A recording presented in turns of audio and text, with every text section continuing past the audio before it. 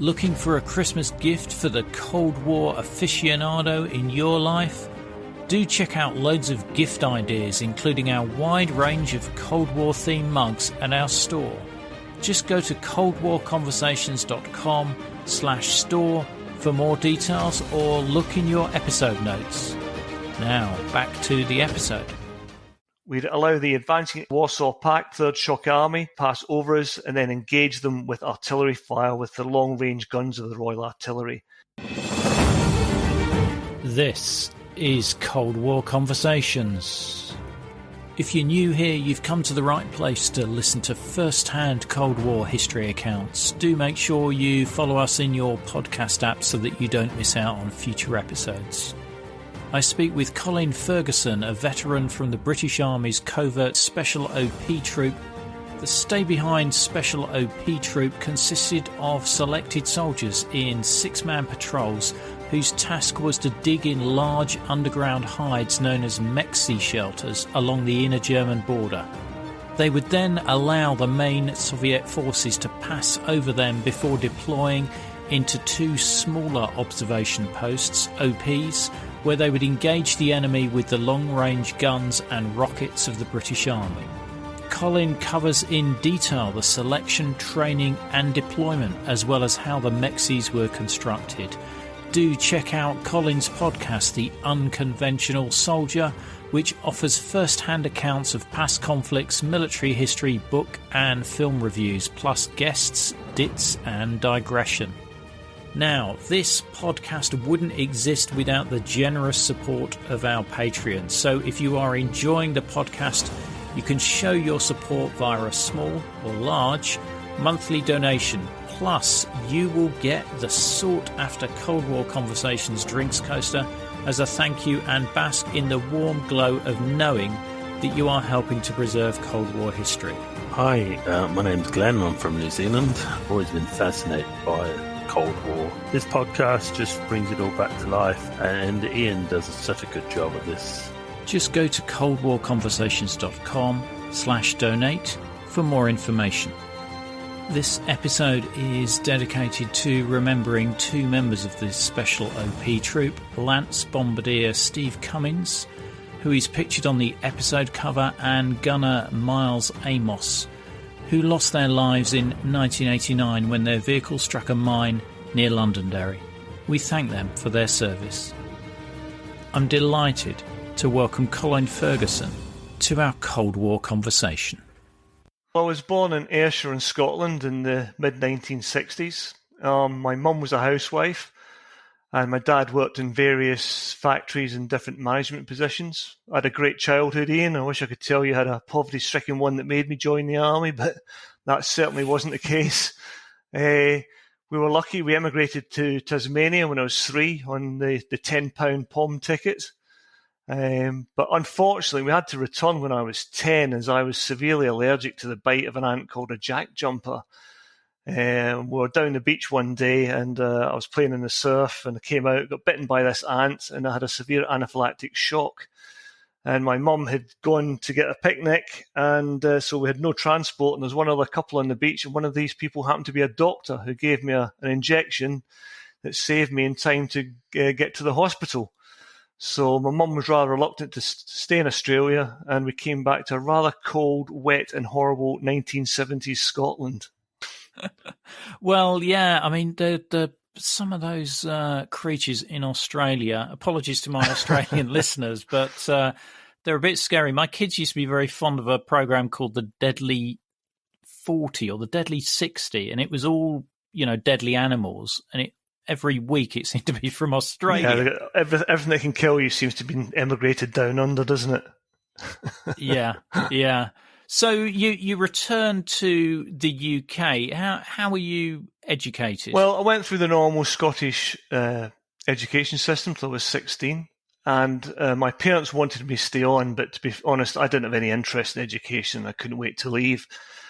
School really didn't engage me apart from history and English, which I had a passion for and were the only A grades I achieved. I had a fantastic English teacher, a man called Mr. Olafson, but the only teacher who inspired me, and he put me on to P.G. Woodhouse, the Flashman novels and the World War I poets, and I have a love of reading that has stayed with me all my life. And which is handy because the army, as Churchill once said, is 90% boredom and 10% excitement. So I spent a lot of that 90% with a book in my rucksack, my Bergen, and I was always reading when we're deployed in operations or on exercise. And what made you choose the army as a career? Well, I left school at 16, as I said, but I didn't join the army immediately. When I left school, I did 2 years of a toolmaking apprenticeship. And I was lucky to get a job back then, as in the west coast of Scotland, unemployment was running about 16%. So to get a toolmaking apprenticeship was a good thing. But I remember being sat in the bus one day, going into work in the winter, in the rain, on the top deck of a bus, when people could still smoke in a bus, and looking out thinking, I just don't want to spend the rest of my life doing this. So I went in that day and jacked in my job that morning. And then I didn't want to go home and tell my dad, so I spent the day walking around town before I could pluck up the courage to go and tell my dad that I jacked in this apprenticeship. I then went and worked in London for 2 years, doing a variety of jobs, including things like packing records in CBS warehouse.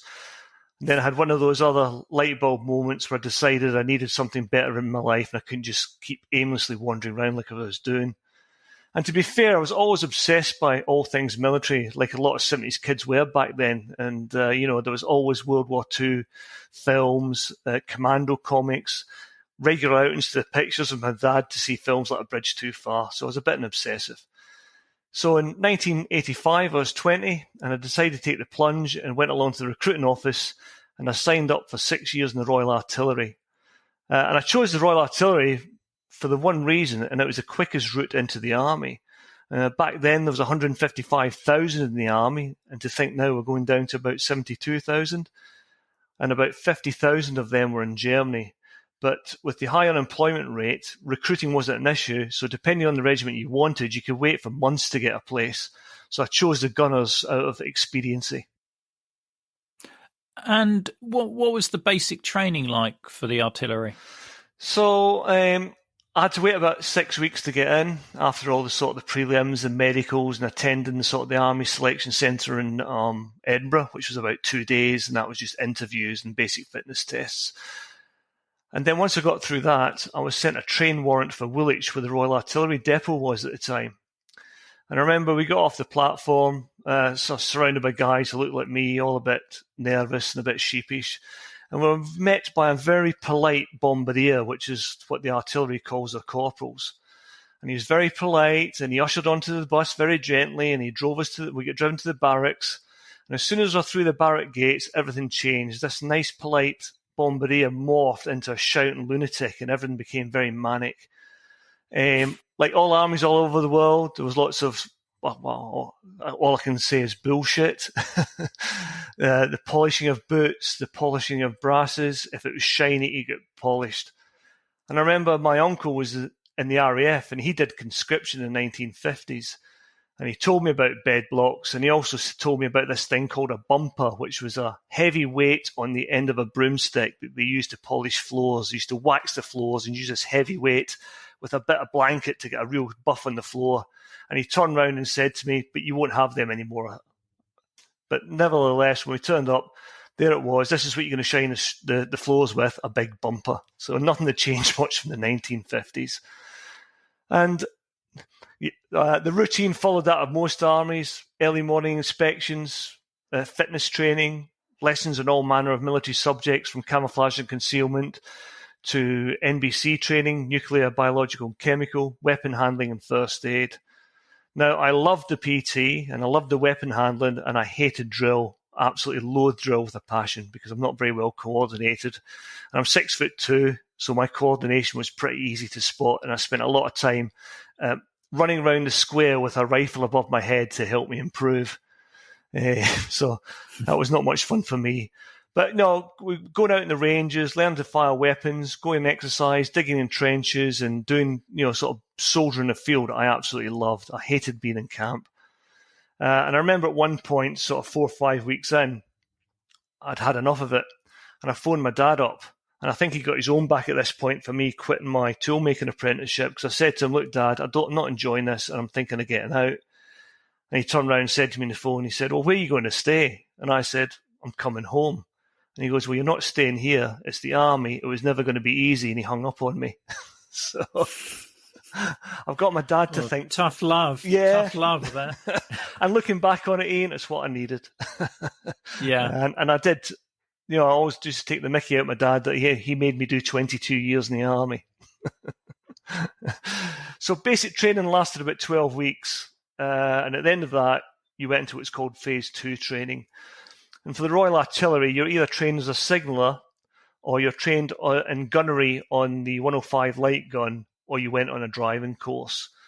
And this meant that basically when you turned up at your regiment, you were of some use.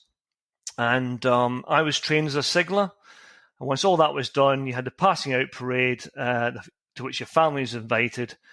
I was given 2 weeks leave, and then I was ready to go to my regiment. What regiment were you assigned to? So at the end of training, you were given preferred choices of regiment. You're given 3 preferred choices in order of preference. So I asked to go to a gun regiment in Germany, but what I actually got was allocated to an air defence regiment, 12th Air Defence Regiment, as a signaller in the regimental command post as part of headquarters battery. And I was posted to Dortmund, which was a gunner garrison at the time, and there were 5 artillery regiments in Dortmund, so it was a big garrison. What did you make of Germany? Had you ever been to Germany before? No, I hadn't. I really enjoyed my first year in the regiment, and Germany in the mid-80s, it was very different from the UK. I got there in 85, so this was a couple of years after the miners' strike and before Thatcher's reforms of the city, which sort of brought the money into the UK. And it was so obvious that Germany is much more affluent and much nicer, and there's a real contrast between both countries. So we went on leave. The UK appeared a real run-down dump, to be honest. Slam door trains, and it just looked really run down. So Germany was a fantastic posting because it was a really nice country. And for a young guy with a bit of money in his pocket, there was cheap beer. There was all-day drinking. And you remember back in the 80s, the drinking laws in the UK were very restrictive. And these laws, for younger listeners, they went back to the First World War to stop the munitions workers getting drunk. So I think pubs opened from about 11 till 2, shut till about 6, and then shut again at 11. But in Germany, you could drink all day. The only problem there was a big drinking culture in Germany. And it's easy to look back with rose-tinted glasses, but I really believe at that time the Germans were getting a bit sick of having the British Army in residence. And it was quite hard to get into some of the bars in Dortmund that weren't soldier bars. And to be fair to the Germans, a lot of this was down to soldiers' behaviour. And to give you an indication of sort of the drinking culture I was on about, in a regiment of 600 men, you had about 5 batteries. And each battery had its own bar in the accommodation. And there was a duty of a Lance Bombardier barman, the duty barman, and that was his job for 6 months at a time. And in the battery bars, the drink was stupid, so there's a lot of drinking all the time. The common thing I hear is with most people is Germany was a popular posting because of the lifestyle there. But it's interesting what you were saying about the alcohol situation there as well. Yeah, I mean, there was not a lot to... Well, there was, if you're unimaginative, there wasn't a lot to do. But Germany and the surrounding countries offered so much, but it's very easy to get down to that vortex of not doing much and staying within a very small circle of opportunity. And I got bored with this eventually, and I was really into my fitness, and I wanted a challenge that involved tougher soldiering. So I went down to the battery office, and the battery office was never a place you ventured to lightly because that was where the battery commander, the major in charge of the company, and the battery sergeant major were. And I asked the battery clerk if I could have information on volunteering for P Company, which is the course you have to go on to serve with the airborne forces. And my battery sergeant major heard me talking, and he came out and he asked me what I was doing. And he said, why do you want to go there? And I told him, I said, I wanted some challenging soldiering. I wanted to go and work on the conventional OPs that fired the guns in support of the infantry. And he said to me, look, you do realise if you're going past P Company and you get into 7th RHA, which was the Airborne Regiment of the Gunners, you're unlikely to get on the OPs because you're more likely to go in the gun line first because the OPs are a sought-after job. And he goes, but I know an organisation that if you pass their selection course, you'll go in the OPs straight away. And that was the then Special OP troop. And the instruction that he gave me amounted to about a paragraph. It was, volunteers wanted for an arduous job requiring a selection course. And that was pretty much it. But I know an awful lot to that man. And he was somebody I modelled myself on further down the line because he was a great role model. Once I volunteered, he made sure that I got extra PT training. He personally took me out map reading and made sure I got weapon handling training and got all my basic skills up. And that really stood me in good stead for when I turned up for the selection course. It sounds like it, and all credit to him for recognising your ability and offering you that opportunity. Yeah, no, he's an absolutely outstanding man. Colin, can you tell me what the Special OP troop was? Yeah, no problem. So the Special OP troop was formed by the then Lieutenant Colonel and later Major General Stone in 1982. And its role was intelligence, surveillance, target acquisition and reconnaissance, known in the Army's I-Star. And the intention was to have a troop of specially selected and highly trained soldiers in six-man patrols, completely concealed in a main underground hide known as a mexe shelter, with up to 2 satellite OPs dug in and deployed right up against the inner German border, the IGB. We're expected to conduct operations unsupported in a single patrol for up to 3 weeks. And these OPs were in addition to the conventional artillery forward observation OP parties, which I described earlier, and they tended to work in conjunction with the infantry on the front line. So what would happen would be we would dig in, we'd allow the advancing enemy to pass over us and then engage them with artillery fire with the long-range guns of the Royal Artillery. And we'd also gather intelligence and report back on Soviet formations. And as this title of your podcast, Ian, we know the enemy was the Warsaw Pact, Third Shock Army, and this was expected to cross the Iron Curtain at the outbreak of war and race westwards for the Channel ports. And it consisted of many armoured divisions of massed Russian and East German tanks, and it was a pretty formidable force. In reality, we had little hope of defeating it conventionally. So the aim was to delay this attack as part of the NATO effort for hopefully 7 days, so as to allow international negotiations to take place in the hope of reducing the possibility of an all-out nuclear war, and also to allow reinforcements to arrive from America and the UK. And by having these OPs so far forward, it would also enable the guns to deploy much further back, which would in turn help conserve a valuable asset. And the artillery to be used, the weapon of choice if you like, was the M107 self-propelled gun. And a depth fire regiment at that time, of which there were 2, consisted 4 batteries of 6 of these guns, and they had a 40-kilometre range, firing a 60-kilogram in weight round. And the intention was to engage Soviet targets, firing all 24 guns together, which effectively destroyed a complete grid square of 1 kilometre by 1 kilometre. And interestingly, just as the wall came down, these guns were being replaced by the multiple launch rocket system MLRS, and one launcher could almost replicate that 1K by 1K destruction of a target. The concept wasn't new. In World War II, there was a unit called the Auxiliaries, and this consisted of patrols of 5 to 8 men, usually as part of the Home Guard. And they were usually landowners and farmers, and they used specially constructed underground operational bases made by the Royal Engineers from which they could conduct harassing operations against the occupying Germans. Thankfully, they never had to prove their mettle.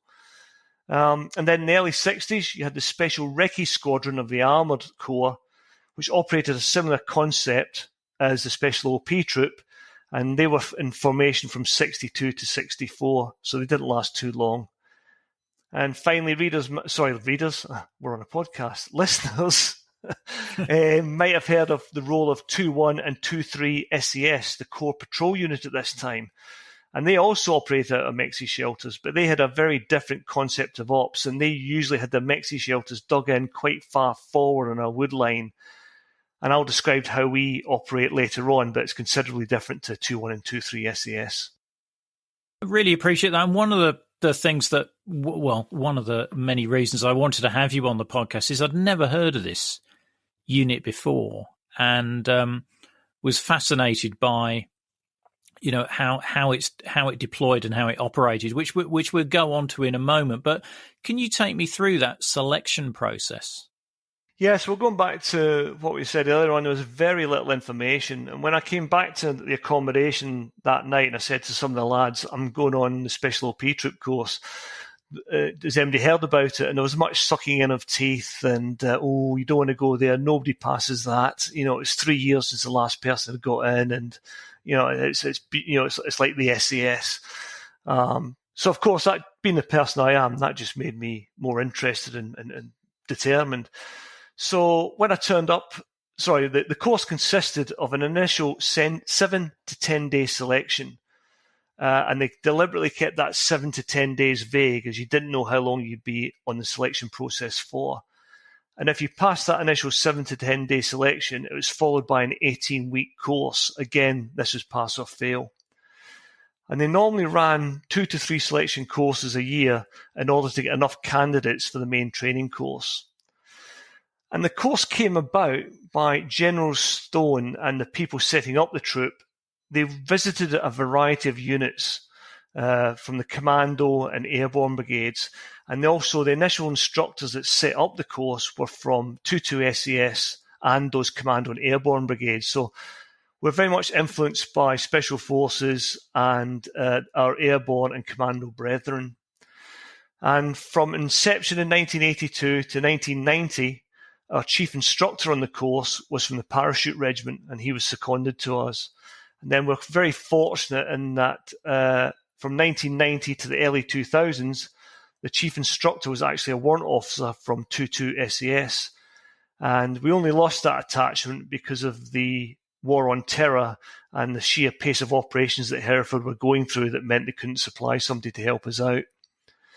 So the aim of the selection really was to get someone who's determined, fit, most importantly, trainable, and having those attributes of being able to work on their own or in a team and could follow basic instructions. So quite wide, but quite basic. And the focus was on getting you tired by depriving you of sleep. And they started every day with what we used to call a PT beasting. So that was the outline. And if you want me to go into a bit more detail, Ian, I'll actually break it down a bit further for you. The term you've used there sounds a bit scary, but I'm sure we'd like a little bit more detail on that. Okay, then. So on my 7 to 10 day selection, you were told to turn up at the barracks, and I was quite fortunate because it was in 5th Regiment, which was in Dortmund. It was just up the road. But guys came from all over the British Army, the Rhine and Germany. So you turned up, you got processed, and you had your kit issue. And there were 16 people there that night. And you're put in an attic room, and you slept in a camp cot with your sleeping bag. And you spent it checking your field gear, making sure your belt kit and your Bergen was sorted and ready to go. And I was very fortunate because what they also did was they issued you with a series of maps. So I got to work with scissors and sellotape and Fablon, and I put all my maps together and Fabloned them because that's what the BSM had showed me to do when he trained me before I turned up here. And I was the only person in that room doing that. And that proved invaluable to me because a lot of them went out in the field later and they're trying to piece maps together in the pouring rain, and it didn't really work for them. What is Fablon? Fablon's like it's like a huge piece of sticky tape that you put over a paper map and it waterproofs it. Oh, okay. So it's like a laminate cover. Yeah, it's just like laminate, except you don't use a machine, you do it by hand. And believe me, that's a skill in itself. Yeah, no, it sounds like it. And if you recall back to when I turned up at basic training, it was all shouting and rushing around by the instructors. None of that with these guys. The DS or directing staff were very calm and very matter of fact. You know, when you looked at them, there was no uniformity in their dress. And back in the 80s, the kit we got in the army was not good. And but you're not allowed to deviate from the issued gear. And looking at these guys, they all looked the part. They wore a mixture of jungle combat trousers, Arctic windproof smocks. They had their own webbing made up from US ammunition pouches, 44 pattern water bottles or a US water bottle pouch, SAS escape ration pouch, that sort of thing. They didn't look the same, but what they did have in common was that they all looked hard, fit, and capable. So we got up early the next day, and that basically started off with PT tests, the basic ones of the army, like a 1.5 mile run to ensure you're fit, press ups, sit ups, that type of thing. But surprisingly, a couple of people failed them at that point, unbelievably. They then stuck us in a Bedford truck, and we had a 6-hour truck drive to Hildesheim, which was sort of the selection stomping ground for the Special OP troop. So when we got off the trucks, we were paired up and were told that our buddy was to be no more than arm's reach away from us for the next 7 to 10 days. And I was really lucky to be paired up with a brilliant guy called Vinny, and he played a big part of me getting through.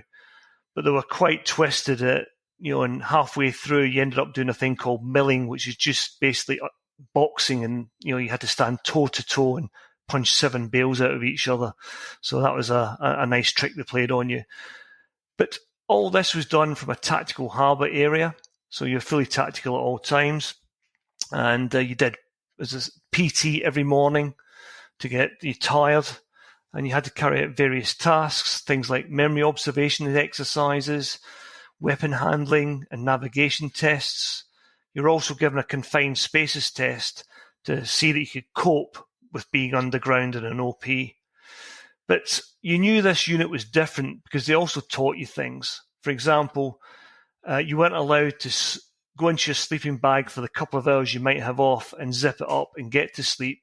You had to leave it unzipped and drape it over you like a quilt, and that was in case you got hit and bugged out by an enemy force.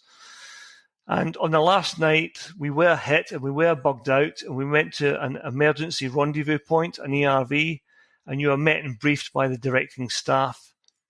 And what they briefed you on was that you're going to spend your next 24 hours in an observation post. Bearing in mind this was in the middle of a German winter, and we had no idea what we were doing, but we basically lay in this bush, and for the next 24 hours we watched Land Rovers go up and down a road, members of the DS go past in different uniforms with different weapons, and we had to write it all down. And then 24 hours later, you were bugged out again, and you went to another ERV, and you met again with the DS, and you're told, right, get some water down your neck. You're going to do a 10-mile tab, which is a 10-mile forced march. So we did the 10-miler, and at the end of that, there was about 5 people left out of this 16 or so that turned up. And they said, right, turn about, we're going to go do the 10 miles again in the reverse direction. And at that point, another 3 gave up. So basically, there was just me and Vinny left at that point. And off we went at speed, 2 miles down the road, and there was some transport waiting for us. And this is just what's called a sickener in the army. It was just to test your mental resolve. And after that 2 miles, we got into the truck and were driven 6 hours back to Dortmund. We were marched into an office and told we'd passed that initial phase. And then surprisingly, they said to us, right, we'll see you upstairs in the bar for some beers.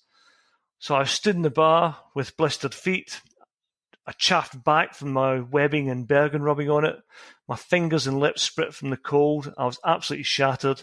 But at that point, I knew this is where the unit was that I wanted and I had to end up in. Wow. And as you say, it sounds like you're really lucky to team up with Vinny there. Yeah, Vinny's a great guy, and we still keep in touch, and he was a guest on one of our podcasts recently, so it was really good. Oh, well, I will have to check back to that episode. So you passed the training. What's the next steps for you? Or you passed the induction? Yeah, basically, yeah, that was your first step in the journey, Ian. That 7 to 10 days. And to this day, I can't remember if it was 7 or 10. It's just a blur. I don't blame you for what you've just described. Whoa. So you were then sent back to your regiment, and you had something like 2 weeks off, and then you had to report for the next phase, which was 18 weeks long. And a large chunk of that was in the field. And all this was about preparing you to operate in a 6-man patrol operating deep behind the enemy lines, and it was concentrating on the 3 core skills of shoot, move, and communicate. So shoot with a variety of weapons. In this case, it was a silenced Sterling submachine gun, the self-loading rifle, the SLR, which was a standard rifle of the British Army at the time, later the SC-80, and obviously the 9mm pistol. You had to move over different terrain tactically and know how to navigate accurately. And you also had to communicate from everything with hand signals to technical high-frequency HF radios. And each day started off with PT, and it was broken down into various modules. So, for example, on the comms week, you spent a lot of time studying high-frequency HF comms. Because we're operating so far forward, it was the only method of communication back to the command post. You also had to learn Morse code, and by the end of the 18 weeks, you had to be proficient to 8 words per minute. And obviously, you spent a lot of time on antenna theory, because with HF comms, you need to be able to know what size of antenna to use, and that's all to do with the type of frequency you're on at that time. So it got quite complicated. And you spent an awful lot of time doing Warsaw Pact vehicle recognition, because that was the main reason we were there, to recognize these Soviet vehicles, either engage them or pass that intelligence back. So it was very long days, and the little free time you had was spent revising recognition or practicing Morse code in order to get that proficiency. There were some good fun weeks as well. Being out on your own in a patrol so far forward, you had to have good advanced first aid skills, and we're lucky as well that that included a hospital attachment at one of the British military hospitals. So the guys went there for a couple of days and got to see things like operations, and so you got to see the human body when it's opened up, and also how to put in intravenous drips, that sort of thing. You're also taught OP construction, because again, that's the trade you're in. So you're taught both surface, known as a hasty option, which is basically picking the biggest, prickliest bush and getting into it and making a hide in there. But more importantly, the main thing you had to do was know how to construct an underground OP, and I'll cover that construction in a bit more detail later on when we start talking about mexes. The reason the hasties were taught was that you had to have the option of a temporary move in order to look at a particularly high-value target. But that was an option of last resort, because in a hasty, you're open to being seen by thermal imaging, and you're also open to fire from enemy weapons. You always had to try and get underground. So we've been taught recognition and how to locate and how to hide. You then had to be taught how to call in artillery fire. So you spent part of the course learning how to call in artillery. And then, of course, going back to the move, you had to understand small team tactics, how to conduct a variety of patrols, such as recce patrols and fighting patrols, both day and night. You're also taught the use of caches. So you're taught how to hide supplies and rations and dig them in and produce a cache report in order that you could later on find them if you're doing an exfiltration. And I think this is a throwback really to having parachute regiment instructors. A lot of the time in the OP troop, if you made contact with the enemy, you'd made a bit of a mistake. But our parachute regiment instructors made sure that we knew how to conduct offensive action tasks, such as conducting ambushes. You're also taught survival, how to live off the land. And I think really this is more about developing your confidence on how to survive on your own with little equipment. As you probably know, Ian, nuclear war and the use of tactical nuclear weapons wasn't far off in the Cold War. So I think exfiltrating through a nuclear wasteland, it's unlikely you're ever going to catch a rabbit. So we're also taught how to give orders and complete recce reports, that type of thing. And perhaps the most fun part, we did live field firing with our own weapons and foreign weapons, AK-47s, RPKs.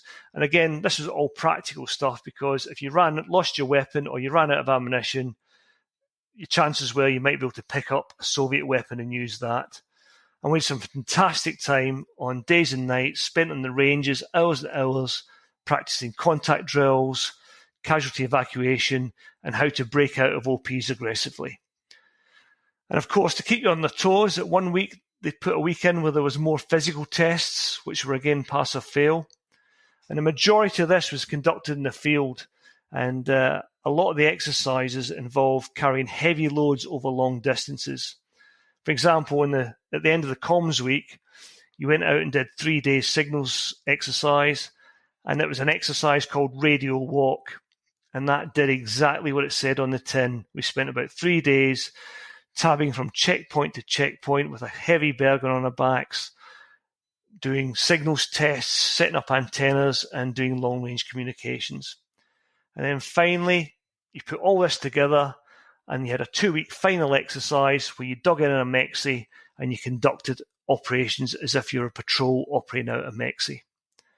And to give you some indication, around 7 of us started at the beginning of this 18-week phase, and 4 of us completed the course. And we were then qualified special observers at the basic level at that point. And there's 2 of us went to the special OP troops of 5 Regiment and 3-2 Regiment, because there was a special OP troop in each of the depth fire regiments at that point. And the battery is still in existence today, because in 1989 it became 7-3 Battery, and the 2 troops from those regiments were combined. And after the Cold War, the unit re-rolled to concentrate on dismounted long-range reconnaissance and became 473 Sphinx Special OP Battery, and it still exists today, and it distinguishes itself in operations in Afghanistan and Iraq over the last 15 years. And interestingly, more people failed themselves than were ever failed by the DS in the course I was on. I really appreciate the detail that you've shared there, and I'm sure the listeners love that level of detail. I had a couple of questions out of that. When you were practicing the recognition, did the British Army or NATO have Soviet vehicles that they could use? Because I have seen training films with various Warsaw Pact vehicles in them. Yeah, the Americans had we used to go on exercise in a place called Grafenwehr, and I remember going down there, and the Americans had quite a lot of Soviet kit, various tanks, BMPs, BRDMs that were in running order, and they used them. But we didn't have access to that type of thing. What we got was a load of imagery that had been obtained from the Brixmas mission. Mm-hmm. And, when you started your recognition training, it was, full shots of vehicles. And then it would be down to things like they'd just show you the top turret with a certain antenna or a weapon sight on it. Or they'd show you the rear idlers and the tracks. And the type of skirt it had along the tank, or a tank that was quite obscured by a bush. So it wasn't just a case of throwing you like a full picture. Yeah, it went down to you really had to know your stuff about what type of vehicle it was. Yeah, so if a vehicle had a tarpaulin over it, you'd need to just be able to identify it from the wheels or the tracks. That's right. And the other thing they taught you was, for example, you needed to know if a certain, 3 types of vehicle turned up, that might indicate a formation or a division that would be coming after it. So you had to know what the recce elements were, that type of thing, the vanguard units, what they looked like. So, you had to look at the uniforms and understand the different uniforms. So the level of detail, you really had to know your stuff. Wow. Well, you must be one of those people that when you watch a movie, you get really frustrated by the lack of historical accuracy. Yeah, and my wife's a midwife, so if it's midwifery and army combined, we just spend the time slagging the film off. Oh yeah. No, I can imagine. Colin, I wanted to talk to you or ask you some questions about how the special OP troop would have been deployed, and the first question I had was, how was the selection of the mexe shelter location chosen, and did you know where you would deploy if the balloon went up? Yes, we did actually. Our deployment area was near Hildesheim, and if you look on the map, Hildesheim is south of Hanover, and it faces east, generally towards Magdeburg, which was in the then DDR, the German Democratic Republic. Now, if my memory serves me well, Magdeburg was where a lot of the Third Shock Army lead formations were based. So that was the reason we were there. And our aim was to get as close to the border as possible. And interestingly, we were training on the ground we would fight on, which was an advantage for us. And it's not often soldiers get to do that. So our general deployment positions were selected up the chain of command and driven by intelligence and target acquisition requirements. But from there, the actual position was selected by the patrol commander, who was a sergeant. And this is quite unusual because unlike conventional forward observation officer parties, there were no officers in our patrols. So it was a lot of responsibility for that sergeant. And the reason there was no officers was basically we didn't have to liaise with anybody. So an FO in a conventional OP party will have to talk to a company commander or a squadron commander, and he needs that rank to do that. So in effect, you selected 3 positions. You selected the mexe and up to 2 satellite OPs. And the OP numbers depended on the size of the area to be observed. And the mexe itself was sited deep in as dense a wood as possible with the OPs forward. So when the patrol commander was doing the recce's, he had to do a map and ground appreciation, but you always had to look at it from the enemy's point of view, because there's an old saying in the army that the enemy has a say in what you do. So often an excellent position would not be occupied as it was too obvious, so you might pick the next second or third best one. And once you'd done that, a target information pack would be produced in great detail, because your patrol might not get to deploy there. It might be another patrol, and they would be handed that target information pack in order to do that. And what did that target information pack contain? It would contain your area of observation, your arcs of observation, so your left of arc, your right of arc, and these would be marked on as bearings. So you'd have the OPs with their observation arcs, and as far as possible, you try and get those arcs interlinked, so both OPs were interlinked in what they were doing, so that they'd have a greater view over the enemy and an overlapping view. So you'd have that. You'd have the location of the mexe hide itself. And most importantly, when you're selecting an OP or a mexe, there's a number of things you have to think about. You have to think about cover from view, cover from fire, concealed routes in and out, but most importantly, communications. So each of the OP sites, you had to do a comms check to make sure that you could communicate back to the mexes. Initially with PRC 349, which is a short-range radio, and you only used that in extremis because the Soviets had a very good SIGINT capability. And so what you did was you laid field telephone line to the OP and the mexe, but you had the 349s as backup. And then, of course, you had to do a comms check on the mexe using HF radios back a couple hundred kilometers in some cases. So not only had your mexe had to be in a good, dense bit of forest, you also had to make sure you had comms. So yeah, and that was basically. You also have things on that target pack would be cache areas if you had cached any stores or whatever. So lightly cache areas that would be good for guys as well. Right. And how close were you setting up to the inner German border?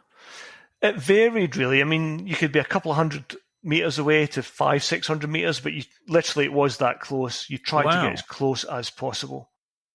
That's incredibly close. And were they built well in advance, or were you expected to build them at a time of heightened tension? You're expected to build them at a heightened tension. And looking back on it now, I'm not aware of any deception plans or anything like that. I think there was a bit of finger crossing at the time. But yeah, you were meant to build them during the height of tension. And, mexes were huge. If you can imagine a T shape with the top of the T being 6 meters by 1 meter and the base of the T being 3 meters by 3 meters, and they were probably 4 meters deep.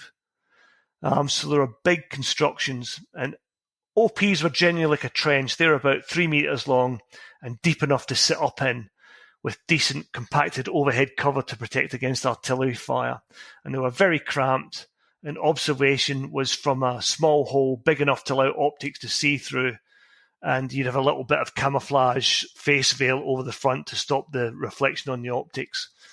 But as I say, the most important thing about an OP was ensure it gave you cover from view and cover from fire and reduced any thermal signature. And these OPs could be 400 to 500 meters away from the mexe as well, because you wanted the mexe way back deep in a wood. And I said before, you had to dig in field telephone line that 400-500 meters back to the mexes. And the mexes themselves were built mainly by hand initially.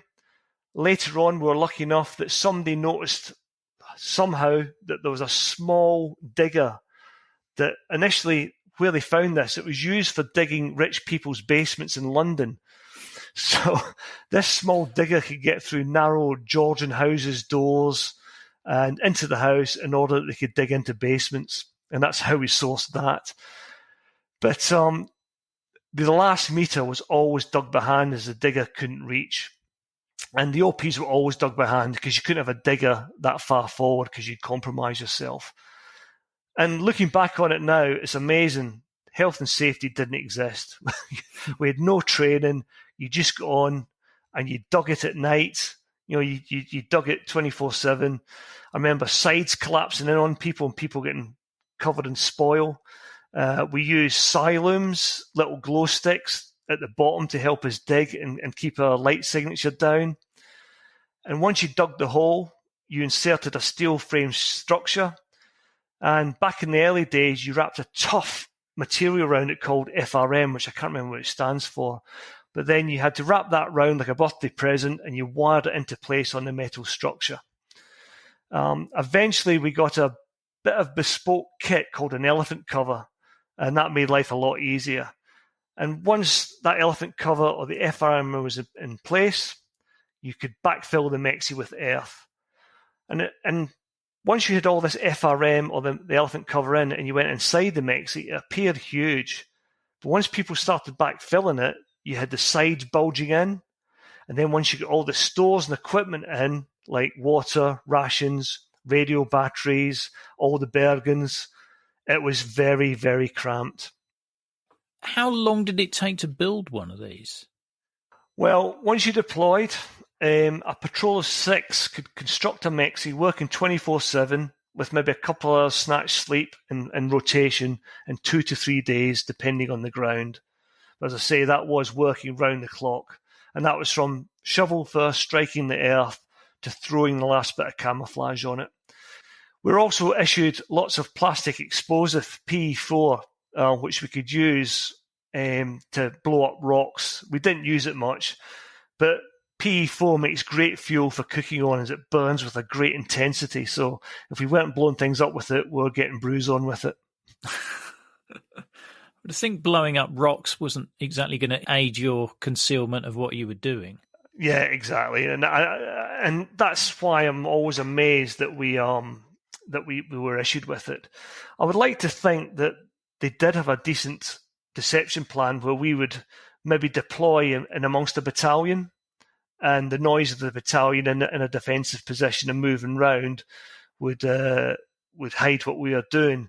But then you start to think about, well, then people know where you are, and if they get captured, they might give the game away for you. So yeah, it was done in a bit. The actual deployment itself was done in a bit of a wing and a prayer. Did you ever have the situation where some local farmer discovers you and wonders what you're up to? I must have done about 6 of these things, and we only were ever walked up upon once, and that was by a local German Forstmeister. And for people who've never been to Germany, Forstmeisters they do a lot of studying to get that position, and they're very much keepers of the land, and they're well respected. So when this chap found us digging a massive mexe in his forest, he wasn't best pleased. And we sat there telling him that we'd return it to pristine condition. And as we're having this conversation with him, there's a tree next to the side of the mexe, and basically the side collapsed and this tree fell into the mexe with perfect timing. And we're looking at this Forestmeister and we were just speechless, and he was red-faced with anger. Wow. So we sort of covered how the enemy observation was carried out, and you're communicating back to the artillery that's how far away would that have been? It could be anything from initially 50 kilometres to a couple of 100 kilometres, or with HF you can communicate back to the UK quite easily. How was that communication encrypted? We used a radio called the PRC 320 and then the PRC 319.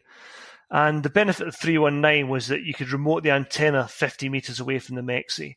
And what we did is when we were digging the mexe in, we basically had a camouflaged bit of drain pipe that came out that you could feed the cable that led to the antenna into the mexe, so it plugged into the radio. So communications was by OTP, a one-time pad. And one-time pads can be traced back to World War II, and they were invented in World War I, and SOE used them in World War II. And this was basically a pad which contained a series of numbers that you used to encrypt the information. And then once you'd encrypted it, this information was sent by burst transmission, a device called DMED, digital message handling device, which you connected to the radio. You encoded all your stuff into it, and then you press a button and it sent it in a matter of less than a second. And again, going back to what I was saying about SIGINT, this really reduced the options of you being compromised by signal intelligence from the Soviets. Yeah, that's really interesting, because that's exactly how the KGB, some of the KGB agents in the UK were communicating, was using a burst transmitter like that, and they were using one-time pads as well. Yeah, and it's only recently that I think in the 90s that was superseded by other methods. That's fascinating. And were you able to receive orders back the other way? Was it a bidirectional communication? Yeah, totally. I mean, the frequency management system was complicated. And I've tried to remember, and if one of my friends who's in the troop with me listens to this, he'll probably shoot me down for being wrong. But basically, the command post would, every hour, they would use a broadcast frequency. So you deployed with these broadcast frequencies along with your OTP. So every hour, in a time frame of maybe 5 minutes, they would send out encoded frequencies, because what they'd do back in the CP, they would have a frequency finder that would analyze the air to find the best frequency, and they would send them out. You'd decode it, and then you'd know which frequencies would be best to get in touch. And I think these frequencies were valid for 6 or 8 hour windows before they changed. And again, that was another security measure. It meant that it helped prevent that DF. And if you were caught and compromised, it would give you a chance that you wouldn't be, and you told the Soviets what the frequencies were, they would change and they wouldn't be able to compromise other operations. And the fallback we had was Morse. So that was a very, very last resort, and only used as if you had a high value target. So if you couldn't communicate by burst transmission, 9 times out of 10, Morse will always get through. But the drawback there is you've got almost a 90% chance or more of being DF'd by the enemy. Yeah, because of the length of time it would take to transmit, manually send that message. What was it like living in a mexe? I can't imagine it would be hugely pleasant. Well, it was more comfortable in the OPs. I'll just cover a little bit about the OPs first. So basically, if you had 2 OPs and a mexe, you had 2 men in each of the OPs and 2 men in the mexes. So usually if you're the sprog of the patrol, you just come off the selection course, you can guarantee you were going into the OP. You were never going to get the luxury of the mexe shelter. So you can imagine 3 meters long, only tall enough to sit in. You had your belt kit, your weapon, a day sack, and a water jerry can. And in that OP, you would do 4 hours on, 4 hours off. And generally speaking, they'd say, oh, you'll go in there for 3 or 4 days. But if you're in the middle of a very busy exercise, you could be in there for 7, 8, 9, 10 days. And during that 4 on, 4 off, one person would be on rest and the other one would be logging and reporting targets. But again, if it got very busy, you'd have one guy at the front of the OP speaking to the other guy at the back. He would log all the targets, and the guy who's supposed to be off duty would be then transmitting them through field telephone back to the mexe. And of course, it was hard routine. You're not allowed to cook, so you're just eating cold rations and drinking cold waters. And obviously, if you're eating cold rations and drinking cold water, they've got to go somewhere at the other end of that process. So you would normally pee into an AL-39 container, which is what used to hold army coolant for the radiators. And it's probably the same size as the antifreeze container you get for your car. That was relatively easy because if you had to do the other end of things, you basically had to crap into cling film. And luckily, army rations bung you up because that could have got very problematic. So you'd crap into cling film, wrap it all up so the smell doesn't get out, and the smell always did get out. And then you'd put that in a sandbag. And if you did do a changeover, you would take out the pea container, empty it out nearby the OP, hand it back in, and you'd carry your other waste back to the mexe. But interestingly, after a few days, you didn't eat or sleep much anyway because your metabolism slows down. And being bunged up is surprisingly how long you didn't have to do something like that. And the thought of having to do something into cling film probably made you hold on a little bit longer anyway. Well, you can't deny we don't go into the detail on this podcast, and I hope nobody was eating while we went into that detail. But thank you for sharing that, Colin. No problem. It's not all glamour in the army, Ian. I had no doubts whatsoever on that count from the interviews that I've conducted here. Living in an OP was quite hard, but by comparison, living in the mexe was a lot more luxurious. Despite the fact that it was very crowded and cramped with stores, we had a couple of stretchers rigged up from the metalwork, which you could use for sleeping. You had all your rations in there, your 6 Bergens, all your batteries, NBC kit, because one thing we hadn't mentioned was that once you deployed an exercise, you got into your NBC kit and you pretty much stayed in the NBC kit for the duration of the exercise. And also in there you had water can. You probably had about 400 litres of water, about 20 jerry cans, which are 20 litres each. And sanitation in there was, again, you used to pee into a jerry can, and you had a rudimentary toilet, very similar to how you had it in the OP. It was extremely hot inside. Even if you sat in a T-shirt, you used to have condensation running down the liner of the mexe. And of course, you didn't wash. The most you got was that you brushed your teeth and maybe wash your armpits and crotch with a wet wipe. So you can imagine the smell in that mexe wasn't too good. Oh, this is getting even better, Colin. So when you did your changeover from the OP and you eventually found your way back to the mexe, which was extremely hard because it was so well camouflaged, you then descended down to that ladder and the smell really hit you. And one of the delights was watching high-ranking officers, general types, who visited us to see what capability we had. And we would always invite them down into the mexe. And watching their faces as they descended into the bowels of hell was often a delight. And, I mean, again, going back to the health and safety, there was no air filtration system. We had a very basic, locally manufactured filtration system that the local REME had made up from a Land Rover filtration system. It hardly made a dent, and the only air monitoring we did was by using a candle. And if the candle started to flicker or went out, you knew you had to crack open the hatch a little bit and let some oxygen in. And one time during an exercise, 2 of the lads nearly died. And one of the lads in the OP realised there was something wrong and had the sense and presence of mind to quickly get out the OP and go back to the mexe. And they found two of the guys had been suffering from lack of oxygen, and they had to drag them out and get them out into the fresh air. And just as the wall came down, there was a massive project to make mexes more habitable, with proper air filtration, proper sanitation, proper air management, that type of thing. But the end of the Cold War put paid to that. But answering your question about exercises, there were huge exercises in Germany at that time, and one of them I remember was Exercise Reforger. And we didn't get detected on that one. I remember being detected on another exercise, and always the lesson I learned from that was it was obviously a clearance patrol that the German Bundeswehr had sent out. And I thought we'd been compromised, and I came bursting out the hatch, firing my weapon.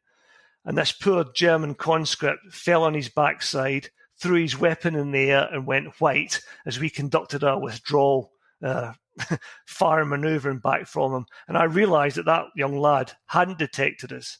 And the lesson I took from that was sit tight until you really know that you've been found out.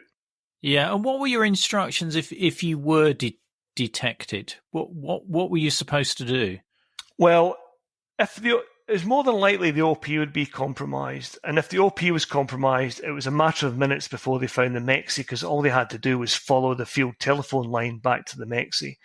So if you're in an OP, you'd conduct a breakout withdrawal, aggressive breakout withdrawal back to an ERV, and you'd wait there for a designated time window and hope that the other OP and the main party in the mexe would join you.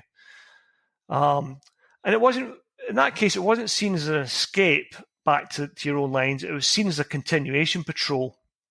And you'd move through designated corridors, heading towards what is known as a designated area of recovery. And you'd have your radio with you, because what you did is, you'd have a second radio that you take away with you in order to continue your communications. And on the way back, you're expected still to observe and watch the enemy and report back on what you'd saw. And you would move it nighttime only and harbour up during the day. Were you given any specific training about escape and evasion and, how to get back to your lines? Yeah, we were. We were designated prone to capture troops. So we went down to what was called the International Long Range Reconnaissance Patrol School in Weingarten, which is staffed by Special Forces from the UK, from 22 SAS, American Special Forces, German Special Forces, and they were your main instructors. So he spent 2 weeks on a survival and resistance interrogation course down there. So the first week, basically, you spent a couple of days in a classroom, and then you went out to a survival area for 4 or 5 days where you set up traps, learned to make shelters, how to skin rabbits, make fire, and generally live off the land. You're also taught how to make sketch maps, improvise clothing, make an improvised compass, and navigate by the stars, that sort of thing. And so after 4 or 5 days doing this, the directing staff manufactured a scenario where they simulated you were captured. So you're taken into capture, you're processed, you're stripped naked, and a doctor would examine you to make sure you hadn't smuggled anything in through your back passage. So you got a finger up your back passage to make sure there's nothing in there. And some of the lads tried to defeat this by swallowing condoms with money in them. But what they didn't realise was that depending on how good your bowels were, this money might not appear till a couple of days after the course had finished. Particularly if you've been eating army food, by the sound of it as well. Absolutely. You're then given an ill-fitting Bundeswehr uniform, and the one I was given, it made me look like Jimmy Cranky. You're put into pairs, and you basically spent 5 days on the run, moving at night, harbouring up during the day, and going from agent contact to agent contact. And you'd go forward to the agent contact. They'd tell you where the next one was for the following day, and they might give you a bit of mouldy cheese or a stale bit of bread. And one time I was with this German guy on one of the agent contacts, and he came back very excited. And he said, "They've given me a bit of steak, Colin." And I went, "Oh, fantastic." So we moved stealthily through the night, got to a lying-up position, and I said, "Get the steak out then, what have we got?" And he opened up, and it was a piece of tripe. And I was never more disappointed in my life. Another test of your psychological resolve. Exactly. And being Scottish, you think I could eat anything, but even I drew the line at tripe. Well, if it's been sitting in somebody's bag for a day as well.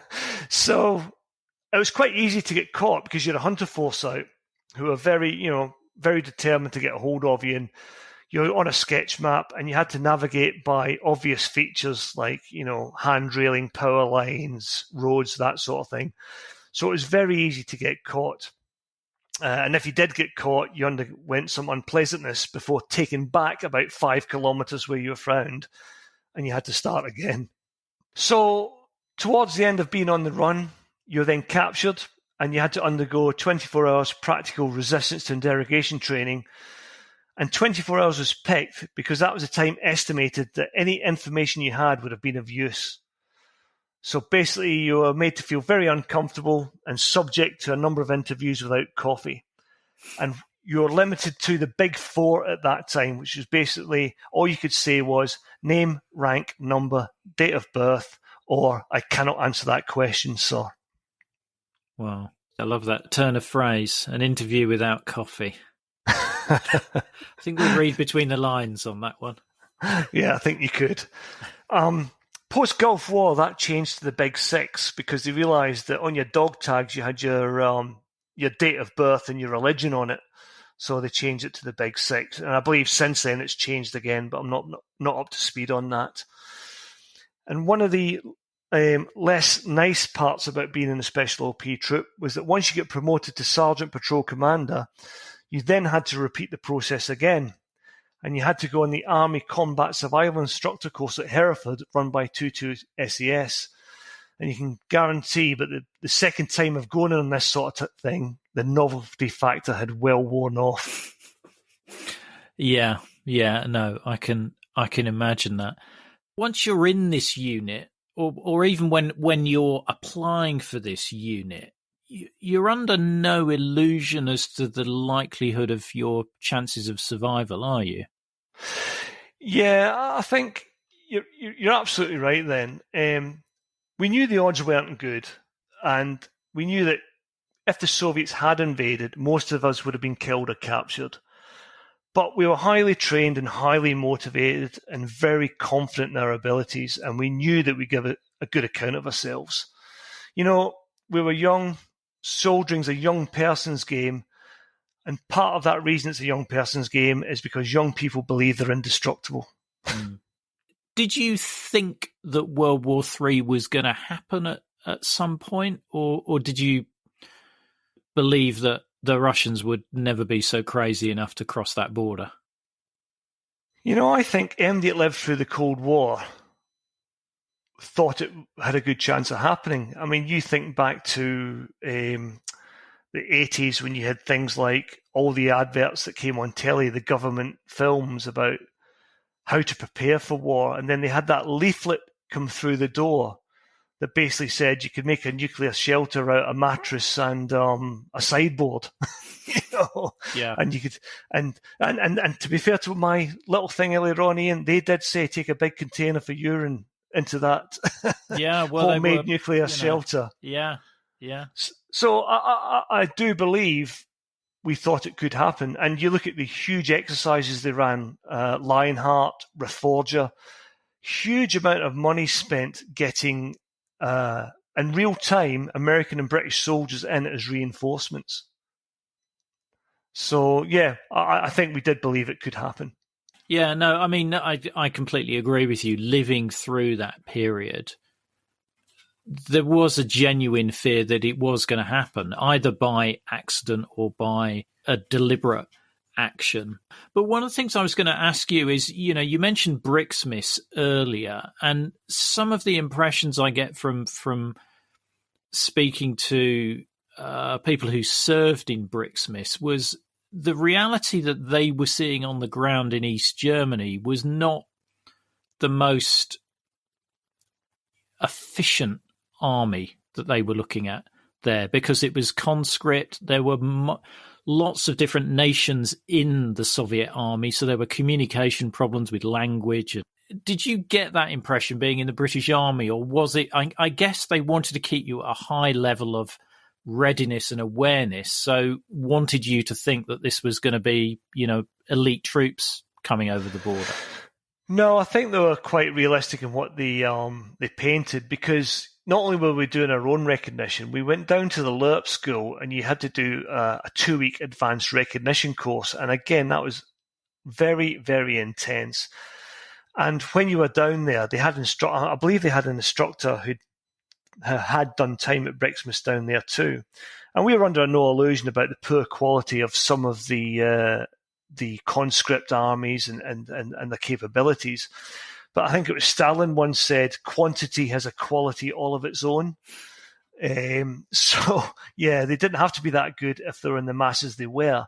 But interestingly, going back to the logistics side and supplying that whole mass of vehicles and men, we look back to my own experience when I was deployed in Op Granby in Gulf War I. If I'm right, I think it took they had to strip out 2 armoured divisions to make the armoured division in Iraq fully serviceable. So I have no doubt that the Soviets would have been in the same boat. They would have had a lot of broken down equipment, a lot of robbing Peter to pay Paul. So yeah, you might have been facing 3-shock army, but how much of that army was made it across the border would have probably been up for debate. Yeah. What would you say was the most dangerous moment during your army career? Probably digging in those mexes, Ian. Emptying the yeah. Yes, yeah. When you had to unscrew the cap for that, you needed your respirator on. Full NBC, I would have thought. Yeah, absolutely, gloves and everything. Now, I did 22 years service and deployed on multiple ops, and I was fortunate to leave with my mind and body intact, and I had friends and colleagues who were killed and wounded both physically and mentally. So anything I went through pales into insignificance compared to the sacrifices they made. And, it's quite poignant that we're recording this now, because as we approach Remembrance Day in November, I'll do what I normally do, and I'll sit and reflect and remember those friends and the sacrifices that they and many others over the years made to protect our country. And I hope your listeners will too. I'm sure they will. Colin. And I think that's a very important point to make. And I think, obviously the podcast that I produce here is about the Cold War, but I think a lot of people think that it was there were no casualties in the Cold War, whereas there were periods where the Cold War went hot, like Korea, Malaya, and the proxy wars in Vietnam for the Americans and the Australians.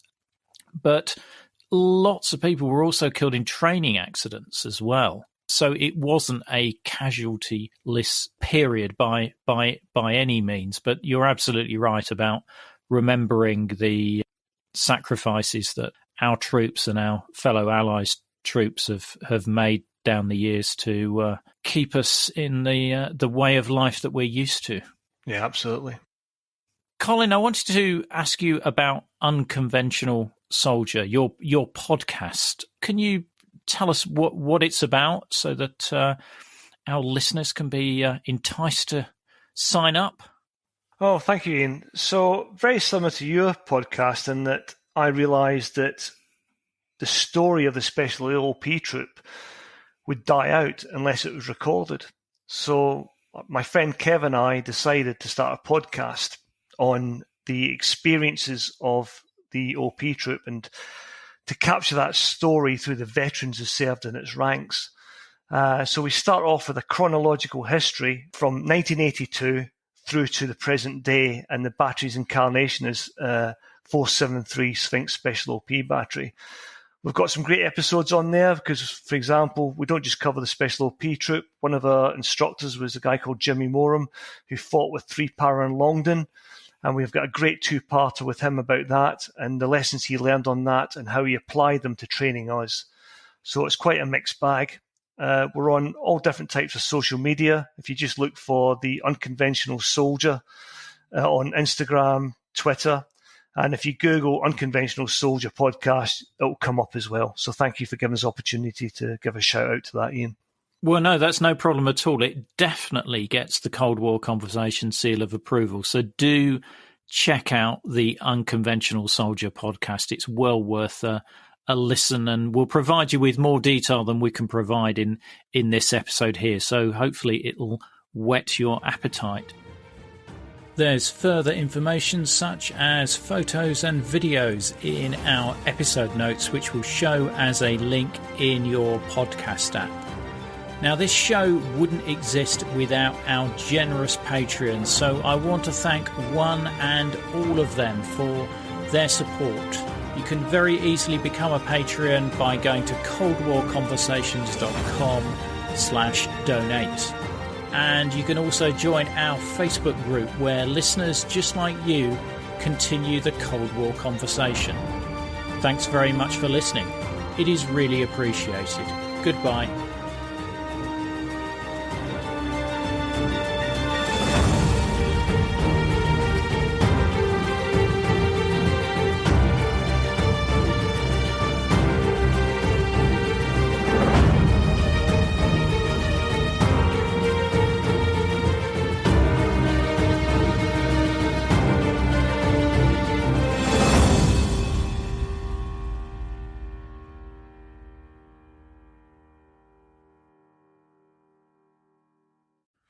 Thanks for listening right through to the end. I really appreciate it. And maybe check out our store and see if you can find the ideal gift for the Cold War enthusiast in your life. Just go to coldwarconversations.com/store. Thanks for listening.